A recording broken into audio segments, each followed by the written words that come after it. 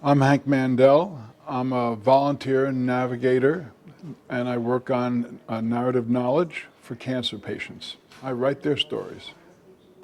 The process begins where I will sit down with a patient and tell them what I do. And we have a flyer that we give them that describes narrative knowledge. And I explain what its benefits are and why we're interested in getting their story and why we're interested in giving it to them as well as to the medical team.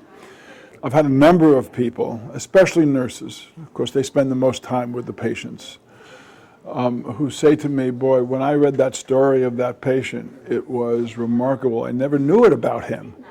And I never knew that's the way he was, or that's how he lived, or that's the kind of profession he was in. And I'm really glad I know that because now I can relate to this person more effectively. For a medical person to be able to relate more effectively to a patient is everything because it humanizes their experience here. It makes it a relationship. And the story makes it a broad relationship because it's historical.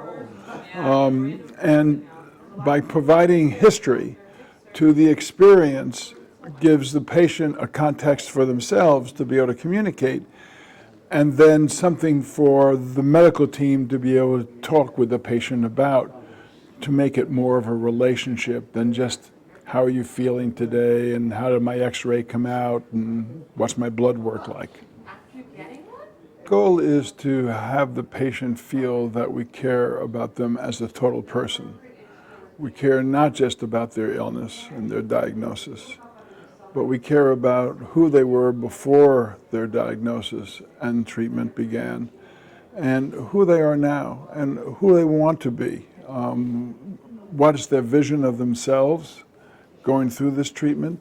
What's their experience? How has it affected them? How has it affected their family? How has it affected their friends? We want to take that information and make it useful in the treatment process with them so they can see that we are concerned about them not just from a medical point of view, but from a whole person point of view.